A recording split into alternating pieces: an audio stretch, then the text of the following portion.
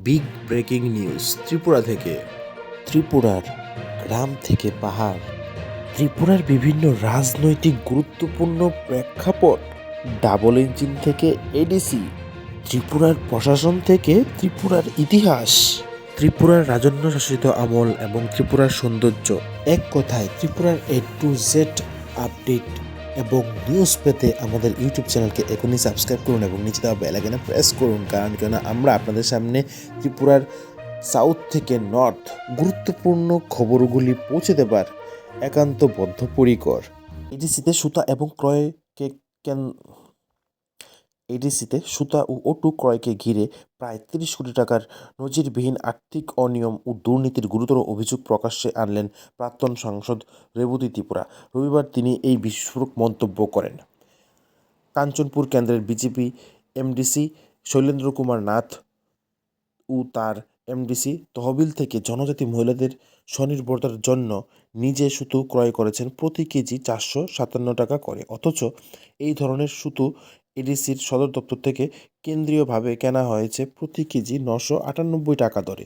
প্রাক্তন সংসদের দাবি, এই দুই দরের মধ্যে প্রতি কেজিতে 541 টাকার বিপুল আর্থিক পার্থক্য রয়েছে। এখন প্রশ্ন হলো, 541 টাকা গেল কোথায়?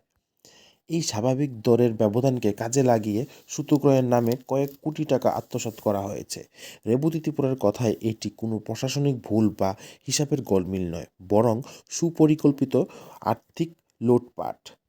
শুধু সুতা নয়, ওটু ক্রয়ের ক্ষেত্রেও নজিরবিহীন কেলেঙ্কারির অভিযোগ তোলেন রেবতী ত্রিপুরা।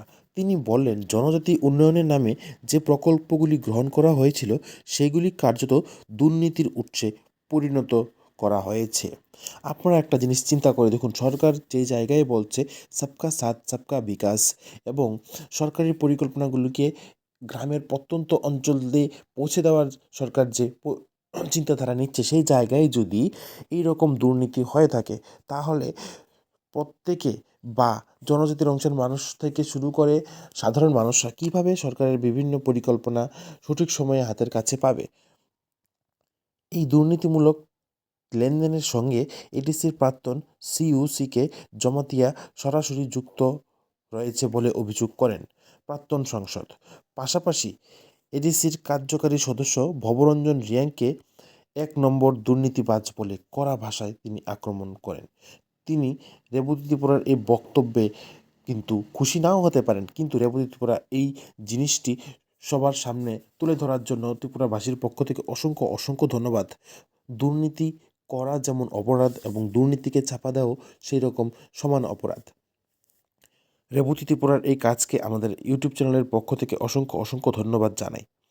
জনজাতি মহিলাদের স্বনির্ভরতার মতো সংবেদনশীল বিষয়কে সামনে রেখে সরকারি অর্থের এমন অপব্যবহার শুধু নৈতিকভাবে নিন্দনীয় নয়, প্রশাসনিক স্বচ্ছতা ও জবাবদিহিতার উপরও গুরুতর প্রশ্ন তুলছে।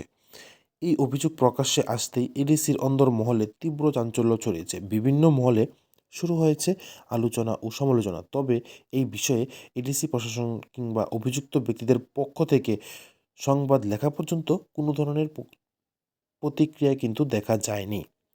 এডিসির কার্যকারী সদস্য ভবরঞ্জন রিয়াংকে অনেকবার ফোনে কল করা হলেও তিনি কিন্তু যোগাযোগ করেননি। এদিকে জনজাতির উন্নয়নের নামে বরাদ্দ সরকারি অর্থ আদৌ সঠিকভাবে খরচ হয়েছে কিনা তা নিয়ে কিন্তু সন্দেহ আছে এবং তা নিয়ে সাধারণ মানুষের মধ্যে প্রশ্নই বেড়ে চলেছে। অভিযোগের পরিপ্রেক্ষিতে প্রশাসনিক মহলে নীরবতা থাকলেও বিষয়টি নিয়ে রাজনৈতিক চাপ বাড়তে শুরু করেছে। আশা করি ত্রিপুরা সরকার এই বিষয়ে নজর দেবে এবং এই লুটপাট হওয়া টাকা আবার জনসাধারণের কাছে পৌঁছে যাবে। উচ্চ পর্যায়ে নিরপেক্ষ ও তদন্তের দাবিও উঠেছে। এই অভিযোগ শুধু একটি কেন্দ্র বা কয়েকজন ব্যক্তির বিরুদ্ধে নয়, বরং এডিসির সামগ্রিক আর্থিক ব্যবস্থাপনাকেই প্রশ্নের মুখে দাঁড় করিয়েছে। জনজাতি মহিলাদের মধ্যে ক্ষোভ তৈরি হয়েছে। তাদের দাবি, স্বনির্ভরতার নামে প্রকল্প নেওয়া হলেও বাস্তবে তারা তেমন কোনো সুবিধা পাননি। আপনারা একটু ভাবুন, জনজাতি মহিলারা কত কষ্ট করে পাহাড়ি অঞ্চলে বসবাস করছে, তারপরেও তাদেরকে তেমন কোনো সুবিধা দেওয়া হচ্ছে না। তাদেরই বাছাই করা বা তাদের যে সম্মানীয় লোকেরা তাদেরকেই মেরে চলছে বা সরকারকে মেরে তাদের কাছে কোনো ধরনের সুযোগ সুবিধা পৌঁছাচ্ছে না। এবার ভাবুন, সরকার তো চেষ্টা করছে, কিন্তু তাদের কাছে তাদের যে আমলারা বা সর জনসাধারণের নির্বাচিত লোকেরা তাদের কাছে জনসাধারণকেই সেই প্রকল্পগুলি পৌঁছে দিচ্ছে না বা সুবিধাগুলি পৌঁছে দিচ্ছে না। প্রকল্পের নাম, প্রকল্পের মান, উপকরণ সরবরাহ ও আর্থিক সহায়তা নিয়ে শুরু থেকেই নানা অসঙ্গতি লক্ষ্য করা গিয়েছিল বলে তাদের অভিযোগ। সুতা ক্রয়ের ক্ষেত্রে দরের এমন অস্বাভাবিক ফারাক সরকারি ক্রয় বিধি ও আর্থিক নিয়মের সুস্পষ্ট লঙ্ঘন ইঙ্গিত দেয়। নিয়ম অনুযায়ী কেন্দ্রীয় ও স্থানীয় ক্রয়ের মধ্যে এত বড় দামের ব্যবধান গ্রহণযোগ্য নয়। এদিকে অটো ক্রয়ের ক্ষেত্রেও প্রকৃত মূল্য সরবরাহকারী সংস্থা ও বিল পাশের প্রতিক্রিয়া নিয়ে বিস্তারিত তদন্তের দাবি উঠেছে। এই দুই প্রকল্প মিলিয়ে যে বিপুল অঙ্কের অর্থ ব্যয় দেখানো হয়েছে, তার বাস্তব প্রয়োগ নিয়ে বড় ধরনের প্রশ্ন রয়ে গেছে। ঘটনার দ্রুত ও স্বচ্ছ তদন্ত না হলে এডিসির প্রতি সাধারণ মানুষের আস্থা আরও অক্ষুণ্ণ হবে বলে আশঙ্কা করা হয়েছে। এই ঘটনাটি সামনে এসেছে বলে আমরা সবাই জানতে পেরেছি। এই রকম কত ঘটনা ত্রিপুরার মধ্যে হচ্ছে, তার কি সুষ্ঠু তদন্ত হচ্ছে বা এরকমভাবে বেরোচ্ছে? কোথায় এত টাকার ঘোটালা, এত টাকা কীভাবে কে কারা মারছে? কিছুই হচ্ছে না। এখন দেখার বিষয়, গুরুতর অভিযোগের পরিপ্রেক্ষিতে প্রশাসন কী পদক্ষেপ গ্রহণ করে এবং আদৌ কি দোষীদের কোনো শাস্তি হয় বা বিরুদ্ধের কঠোর ব্যবস্থা নেওয়া হয় কিনা।